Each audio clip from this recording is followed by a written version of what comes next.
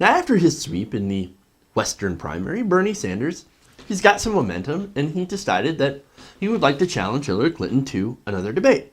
This time, a debate in New York City. Now, Clinton's camp, well, apparently Clinton is unwilling to go and debate Bernie Sanders in New York. That is unless Bernie decides to change his tone. Bernie Sanders wants a debate here before the April primary. You going to agree to it? I think, you know, what was notable this weekend wasn't so much that, but in my mind was the Washington Post story with his own campaign talking about how they're poll testing more negative attacks on Hillary Clinton. They're talking about running harsher negatives now. We saw them run negative ads. Don't distract here, Joel. I think the real question is not whether we're going to debate. Why wouldn't you debate? Because I think the real question is what kind of campaign is Senator Sanders going to run going forward? He pumped $4 million in the weekend before March 15th. And he lost all 5 states on March 15th. They spent about $4 million running negative ads. That doesn't have anything to do with the debate, though. Why not debate? The tone. This is a man who said he'd never run a negative ad, ever. He's now running them. They're now planning to run more. Let's see the tone of the campaign he wants to run before we get to any other questions. You guys, back in January, when there was this whole back and forth about debates, the Clinton campaign was open to more debates after that Flint debate was agreed to. Why not debate in New York? Because we agreed to debates up to a certain point. We're now out campaigning in these states. What's the risk? There's no risk. She's done very well in the debates. The debates have been very good. But Senator Sanders doesn't get to decide when we debate, particularly when he's running a very negative campaign against us. Let's see if he goes back to the kind of tone he's going to set early on.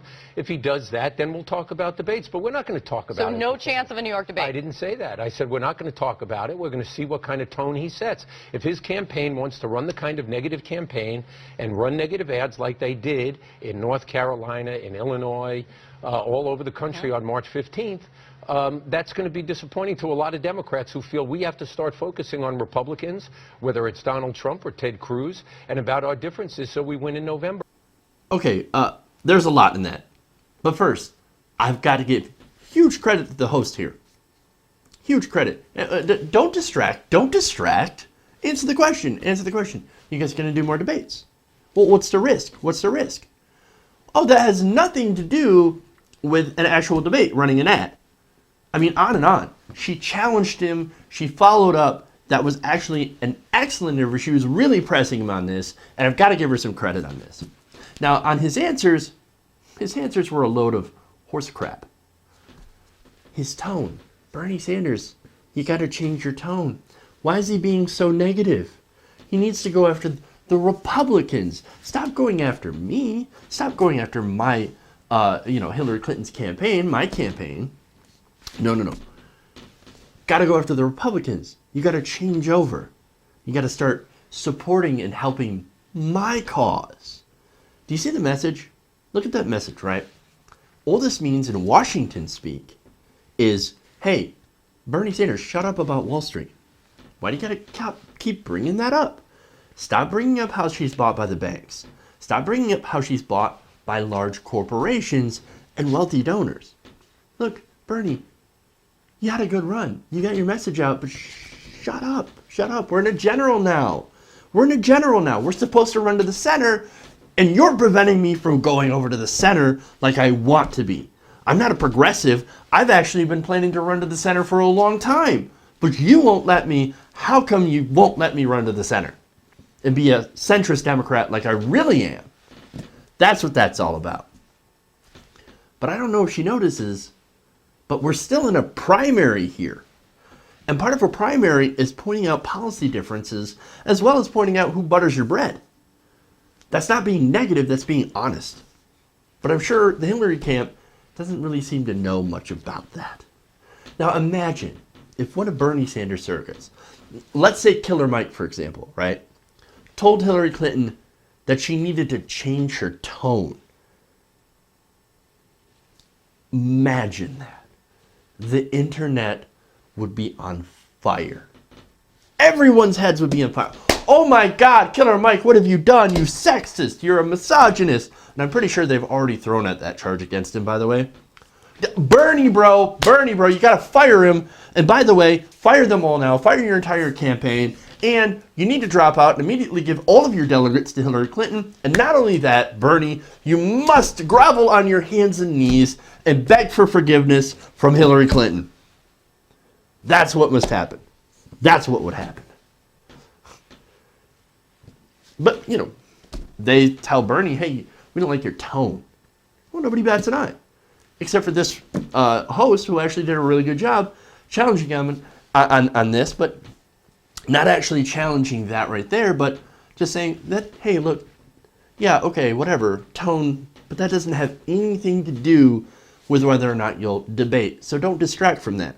Once again, I keep giving her credit because I think that was well done.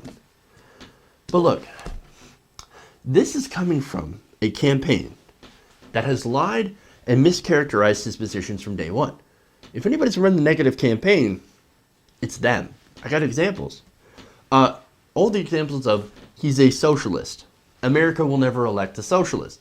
Well, they forget to mention that he's a democratic socialist, sort of like Norway, Finland, Sweden, was actually a mix of capitalism and socialism with a few more safety nets. That's it. That's it. Or how about how she came out on the campaign trail and said, Bernie Sanders, you're only a one-issue candidate.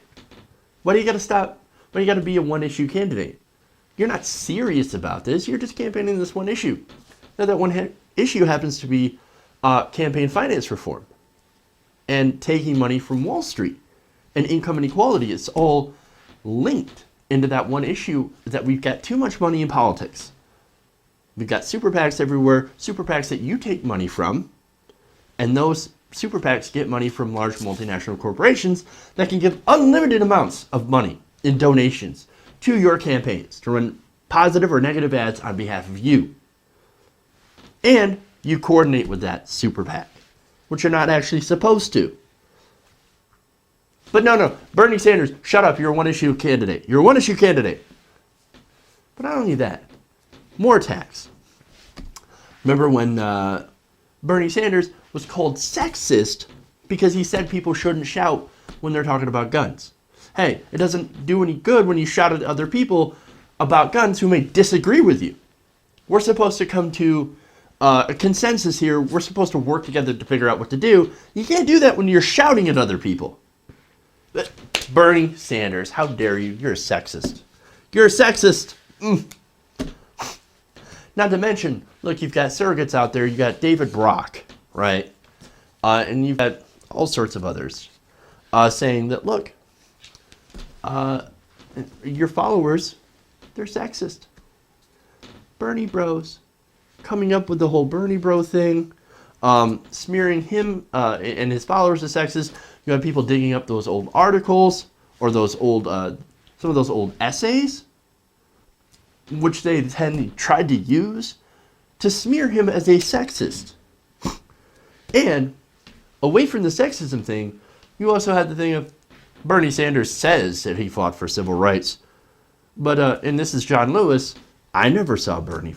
I never saw Bernie there. During civil rights, I never saw Bernie. Really? Because it's pretty sure that he was there. There are pictures. He was arrested fighting against segregation. He was arrested protesting segregation. I didn't see him there. He wasn't there. He wasn't there. And on the same sort of thing, you also had, and there are pictures. There's pictures of this as well. Might even be a video of this as well. Where Clinton said, hey, look, I never saw Bernie help me during my fight for single-payer healthcare. When literally, when she was giving a speech on how we need to fight for single-payer healthcare, he was right behind her. Standing right behind her. Supporting her. On and on and on. Look, you want to talk about a negative campaign? Bitch, please. Oh, shit. You know what? Now I'm a sexist for saying that. God damn it.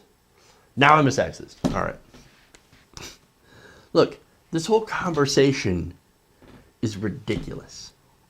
Especially when we're talking about debates, right? We're talking about debates here and why she won't debate. Well, that's funny because it seems to contradict her previous position on debates. In fact, let's hear it from her. Honestly, I mean, I just believe that this is the most important job in the world. It's the toughest job in the world. You should be willing to campaign for every vote. You should be willing to debate anytime, anywhere. Anytime, anywhere. You should be willing to debate anytime, anywhere, unless your opponent decides to have a negative tone and you wanted to change it. See, I guess there's a little asterisk there that I must have missed somewhere. And look, here's what's even better, right? This is a clip of Hillary Clinton from 2008 talking about Obama not wanting to debate with her. Watch. This is amazing. Will you push now for another debate with Barack Obama, because it was supposed to happen on CBS before North Carolina, and then it was canceled? By most accounts, you beat him in the last debate. Will you push for another one now? Well, I think it's a shame that Senator Obama will not agree to debates in Indiana and North Carolina. I've accepted any and all debates in both states because, you know, most people really want to see us. We've only had 4 debates between the two of us. And now it is down to the two of us. So I think that voters are right to want to have a debate. In North Carolina, in fact, 20,000 North Carolinians emailed in for tickets when they thought there would be a debate until it was clear Senator Obama would not participate. So I'm still hopeful because I think it's a shame that apparently he's unwilling or afraid to debate me when there's so much at stake and these two states deserve to have a debate.